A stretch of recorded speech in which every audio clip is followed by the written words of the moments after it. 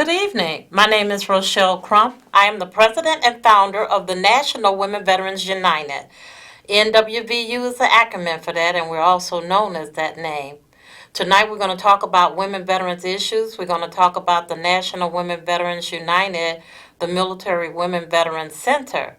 And if you have a call or a comment, we're going to ask you to call 312 738 1060. As an Army veteran, I'm very proud to have served my country as well as to continue to serve in the community like so many others. We join the ranks of those who have come before us, of course, and then we're also losing a lot of veterans. So let's start out by having a moment of silence for those who have fallen, and in particular, we will name Michael Nance.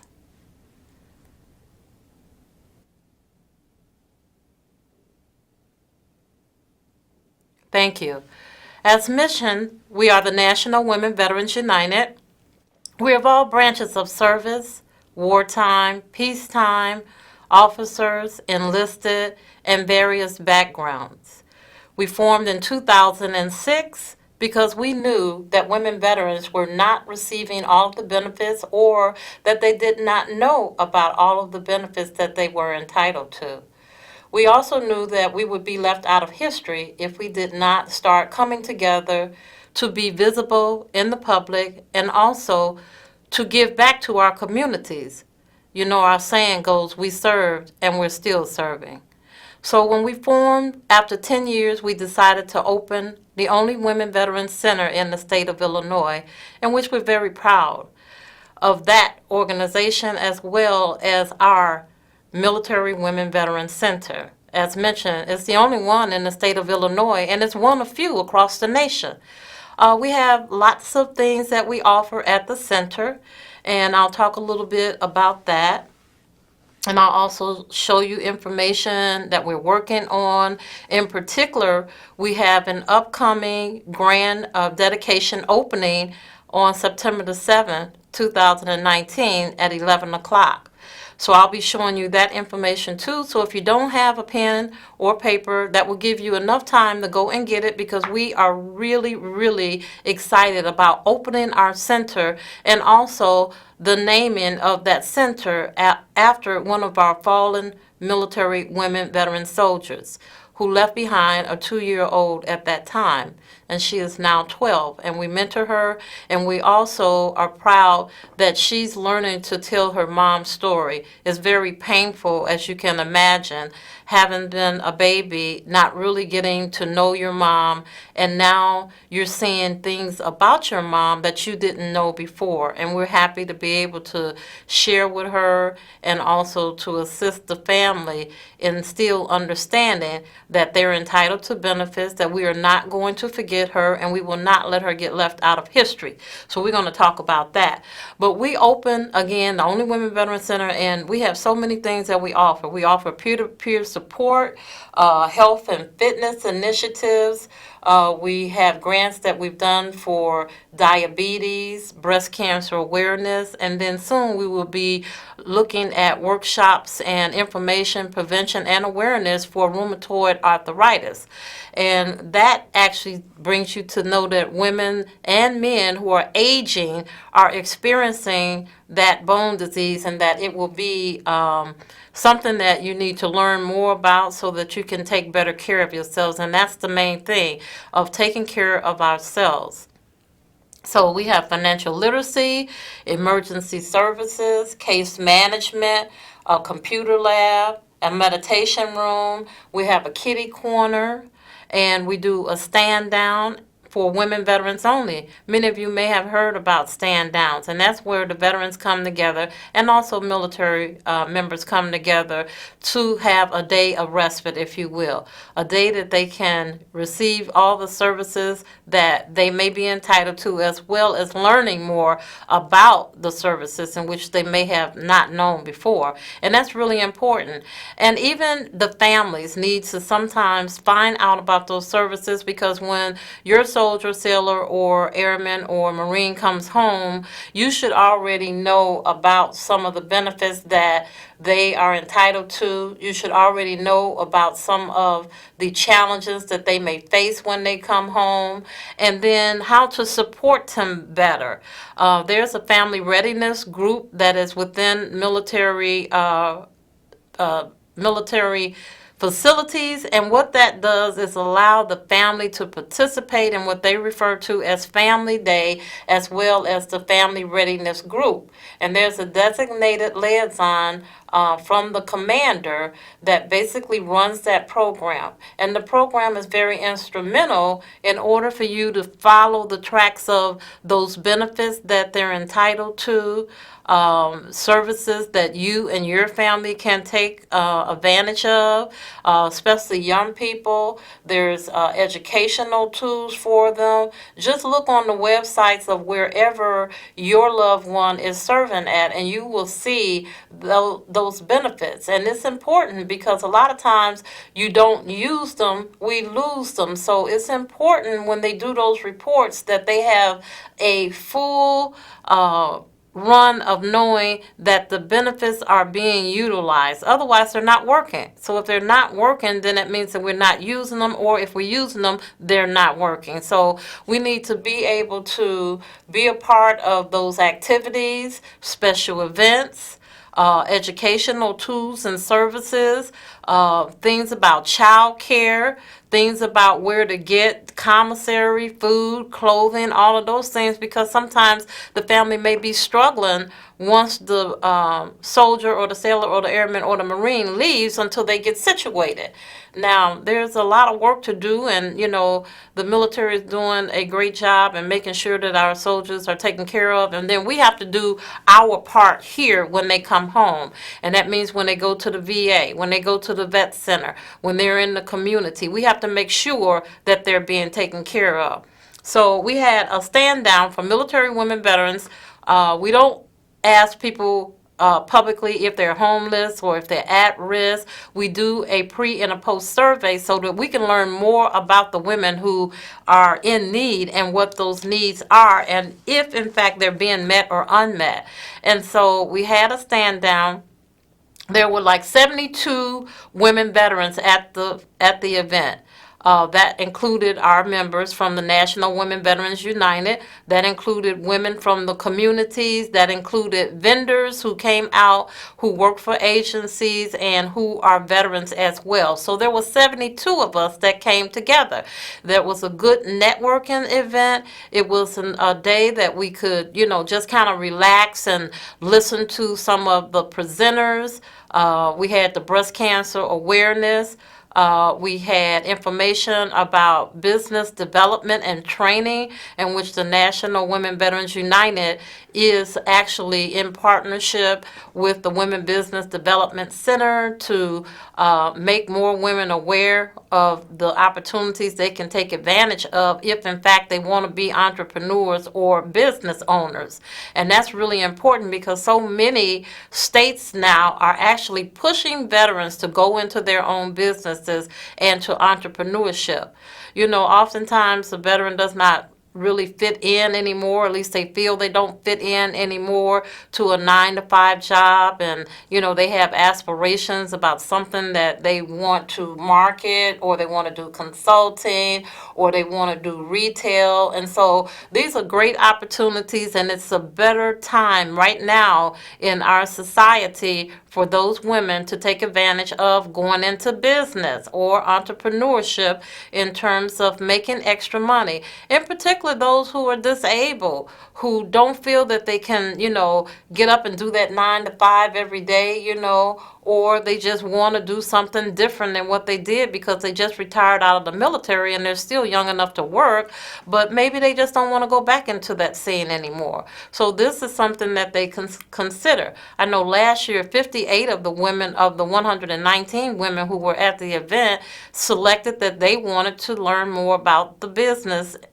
industry. And so what we did throughout the year was we provided an opportunity, along with the Women Business Development Center, who took the lead on that, was to actually learn more about how to start the business. So there was co-training.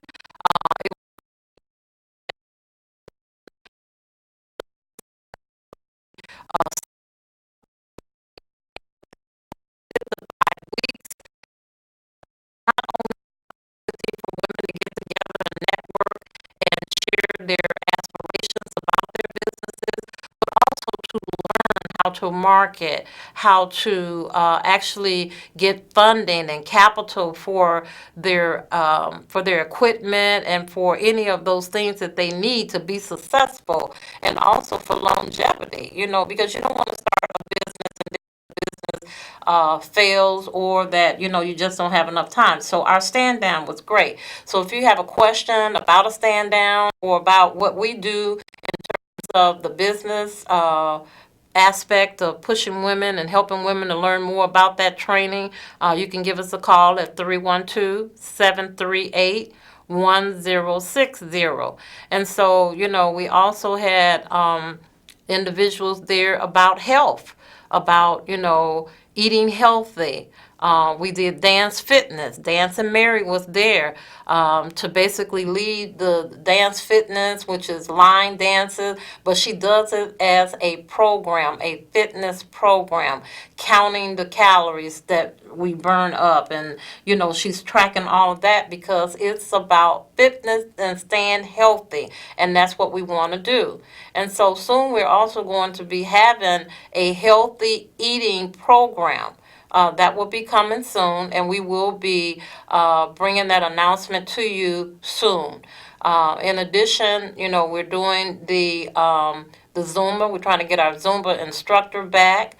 Art therapy. We have crafts, thanks to the Help Veterans Heal, who donates those crafts to veterans, and they get an opportunity to have some time to themselves where they can basically, pick up projects. We're doing quilting as well. We're making quilts and pillowcases for military women veterans who are cancer survivors. And so, at the stand down, we were able to give those who participated a gift card. We had lots of raffles and gifts for them. We want to thank Harry Miller for, donating toiletries. He and his family have done it before, and they did it again this year. We want to thank our lead on bringing in bakery goods and things like that. I know it was, a lot of work and put together the event. It was a lot of work. We came together and we made it happen. So it was great. We looked at how many are, as we analyzed the pre and post surveys, we're looking at time slots where when we open up the new center to the public with these programs on a regular basis, we looked at what the time frame is that more want participation. That's important as well. We look at how many served in the military, how many combat veterans we have. There were homeless women. We've started to, and at risk, we've started to engage in conversations with them to see how we can help them. The funding that we had, we give credit to the Trinkle Davis Foundation in Birmingham, Alabama, for, making this all possible, making it possible for the National Women Veterans to move to another facility where we're more visible. We're now located at 8620 South Pulaski.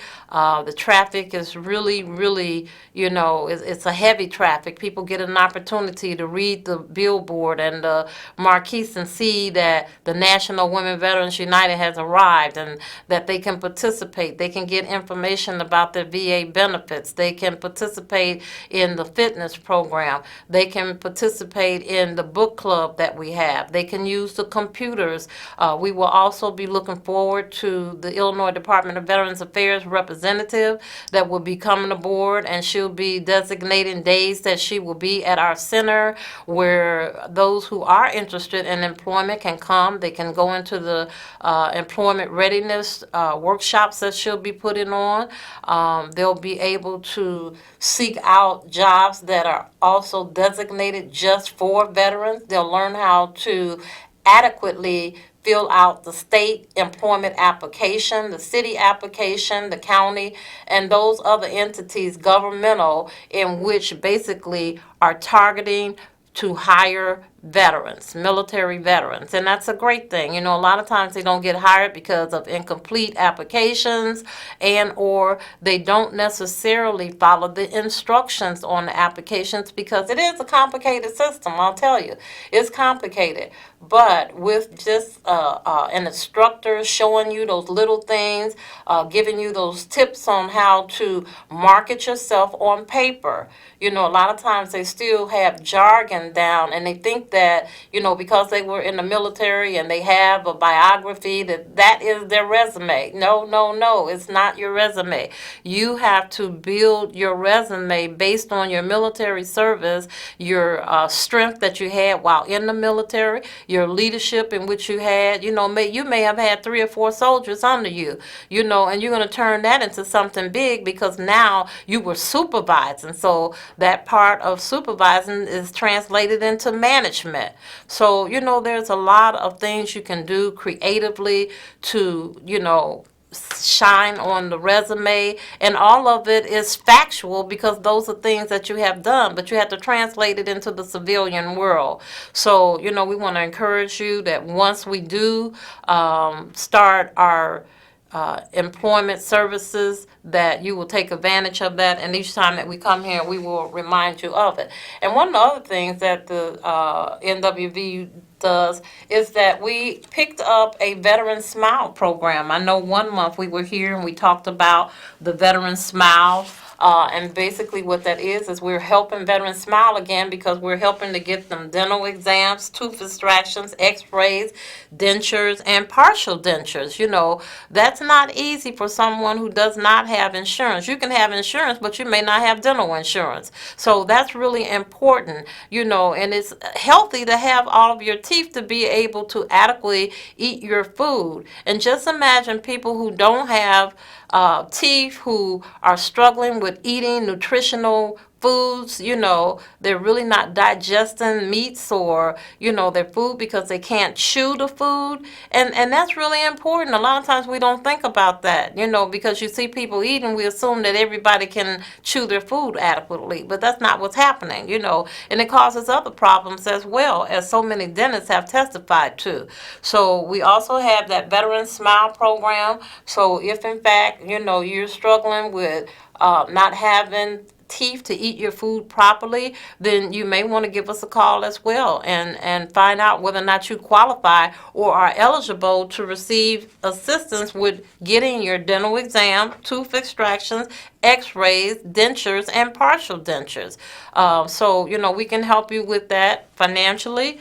And also, you know, you can look at other things. Now, it does not cover like preventive dental care maintenance. It's only covering what your issues are right now and how we can help you get teeth, whether they're dentures or partials, to be able to adequately eat your food so that you're healthy. That's the main thing, you know. And so as we look into expanding that program, you know, we'll be marketing it out to those who have those issues and share the information. The whole thing about the veterans issues and coming on CAN TV is so that we can give you the information so that you can share it. Even if it's not for you, you can share the information.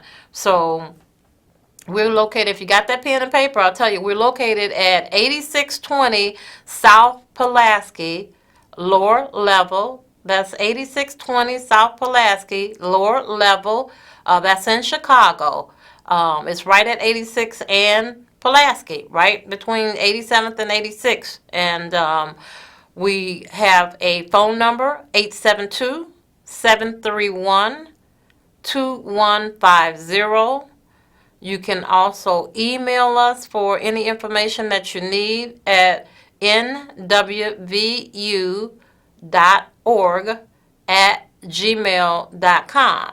And our website is www.nwvu.org. Okay?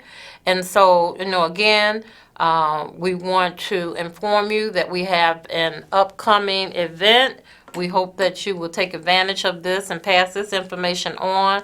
This is who Simone Robinson is. This is one of the pictures that she took right before she deployed to Afghanistan, and she did not make it home. Her daughter is now 12 years old. And so we are on September the 7th, we are dedicating the name of our center to the Sergeant Simone A. Robinson Military Women Veterans Center, located at 8620 South Pulaski, lower level in Chicago, 60652. The event is open from 11 to 2 o'clock p.m., and our ceremony will be from 11:30 to 12:30. So we hope that you will take time to come out and let that family know that Simone is not forgotten. Let her 12-year-old know that we are not going to let her get written out of history. And we're looking forward to being able to do more things with her, as well as she's 12 now, so we're trying to engage her with our Girl Scout group as well. That's another mentorship program that we picked up that we thought would be appropriate to give back to the community, because we can lend our leadership. We lend our leadership to young people. We mentor them. With all the things that are going on now, it takes a village. It takes everybody to give something back, even if it's just one child per person, one person mentoring, reaching out to a kid. Stop being afraid of these kids. We know what you hear in the media. We know what you see in the media, but these are still someone's children, and we have to help these children. We'll help them now, or we'll wind up helping them later. The cost of keeping kids incarcerated is the same with adults. We're still paying one way or the other. So let's do things that we can do just locally, that are creative, that, maybe even just paying for a kid to go to the movies.